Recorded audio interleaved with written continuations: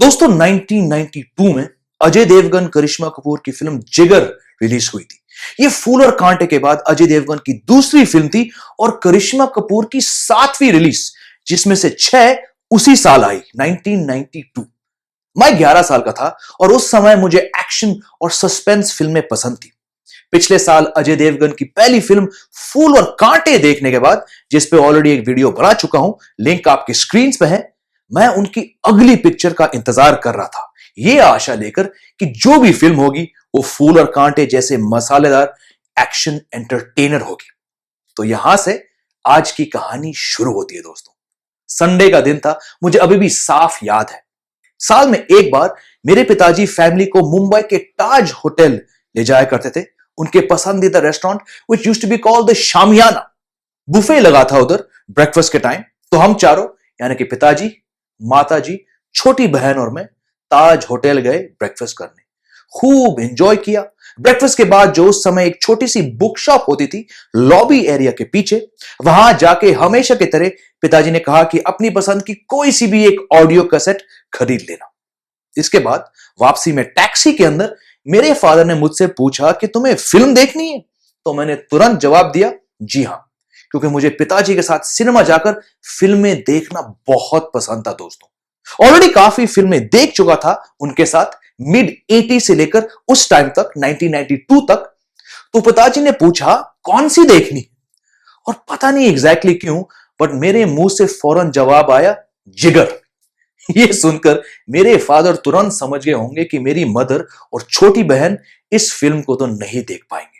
वैसे ही माता जी को हिंदी फिल्म्स पसंद नहीं थी और बहन उस समय 5 साल की थी, तो उन्हें घर ड्रॉप कर पिताजी और मैं तारदेव एरिया के गंगा जमुना सिनेमा हॉल गए, जहां जिगर लगी थी, और जो ज्यादा दूर नहीं है हमारे घर से, जो कि मुंबई सेंट्रल में है। अब दोस्तों यहां आपको बता दूं, अगर आप नहीं जानते, कि जहां एक समय पर इस सिनेमा घर के अंदर डॉन, कालिया, मिस्टर नटवर लाल और हीरो जैसी फिल्में लगती थी, अर्ली 90s तक गंगा जमुना काफी साइडी थिएटर हॉल बन चुका था। मतलब वहां की जनता ऐसी थी कि वो बी ग्रेड या उससे भी बदतर फिल्म देखने आती थी, स्लीजी फिल्म। तो उस डिंजी सिनेमा हॉल में जाकर मुझे ऑलरेडी थोड़ा अजीब लग रहा था। ऊपर से जनता देख रही थी कि अरे ये तो टॉम वॉल्टर हैं। मुझे ये नहीं पता कि पिताजी के मन में क्या चल रहा था, मगर टिकट और popcorn, Gold Spot, Thums Up वगैरह खरीदकर दोनों ने अपनी सीट ढूंढी और फिल्म देखने बैठ गए। अब दोस्तों फिल्म की पोस्टर देखकर आपको अंदाजा नहीं लगता उस उम्र में, मतलब आई वॉज 11 years old, कि ये बहुत ही वायलेंट फिल्म होगी और इसमें अश्लील डायलॉग्स होंगे और कुछ घटिया सीन्स। और अगर पिताजी को लगा तो उन्होंने कुछ नहीं कहा, क्योंकि शायद उनको मेरी रिक्वेस्ट पूरी करनी थी। खैर, फिल्म शुरू हुई। एक्शन था, कुछ सीटी मारने लायक डायलॉग्स थे, खासकर परेश रावल के किरदार द्वारा। गाने आए, गाने गए, जबरदस्ती का एक फालतू सा लव ट्रैक घुसाया गया, जो कि कॉमन था उस टाइम पे। और मुझे लगा कि यार ये तो फूल और कांटे जैसी फिल्म तो बिल्कुल नहीं है। और फिर दोस्तों मामला बिगड़ने लगा, क्योंकि विलन्स की नीयत जो थी वो बदलने लगी। अब अगर आपने जिगर फिल्म देखी है तो फिर आपको मालूम है कि मैं किस अश्लील सीन को लेकर बात करने वाला हूं। फिल्म के बीच दोस्तों एक रेप सीन है, horrible, possibly the worst of that era अगर मेन स्ट्रीम हिंदी फिल्मों की बात करें तो। काफी लंबा सीन दिखाया गया है और दोस्तों उतनी देर तक उस गंदी सी सिनेमा हॉल के अंदर उस घटिया सीन को देखकर पिताजी के बगल में बैठकर वो बहुत ही ऑकवर्ड और अनकंफर्टेबल एक्सपीरियंस रहा, टू से द लीस्ट। पिताजी ने तो कुछ नहीं कहा, मगर पता नहीं क्या सोचा होगा उन्होंने जब उनके 11 साल के बेटे ने उस संडे का दिन कहा कि मुझे जिगर देखनी है पापा।